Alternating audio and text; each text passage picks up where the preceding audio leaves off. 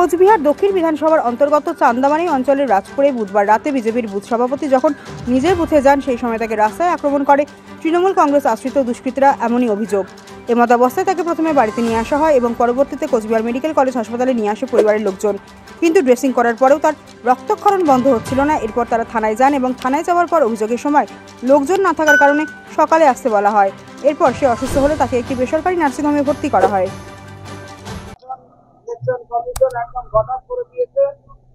বিষয়টা হচ্ছে যে গতকালকে সারা রাত ধরে আমার কুচবিহার দক্ষিণ বিধানসভার বিস্তীর্ণ এলাকাতে সারা রাত ধরে বোম্বিং হয়েছে, তৃণমূলের বাইক বাহিনী দাপিয়ে বেড়া আছে, আমাদের কার্যকর্তাদেরকে মারা হয়েছে, বাড়িঘর ভাঙচুর করা হয়েছে। সারা রাত ধরে এই তাণ্ডব চলছে এবং বারবার করে পুলিশ প্রশাসনকে বলার পরেও পুলিশ প্রশাসন কোনো রকম ব্যবস্থা গ্রহণ করেনি। খালি বলে দেখব।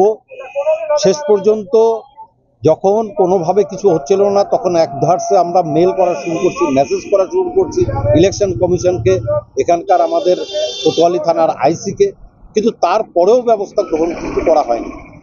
শেষ পর্যন্ত আমাদের একজন বুথের কার্যকর্তা, তার নাম হচ্ছে লব সরকার, তাকে মেরে মাথা ফাটিয়ে দেওয়া হয়েছে। আমি তাকে দেখতে এখানে এসেছিলাম। তার মনের জোর এতটাই যে সে বলছে যে কাকু আমাকে নিয়ে চলুন, আমি ভোটটা দিয়ে আসবো।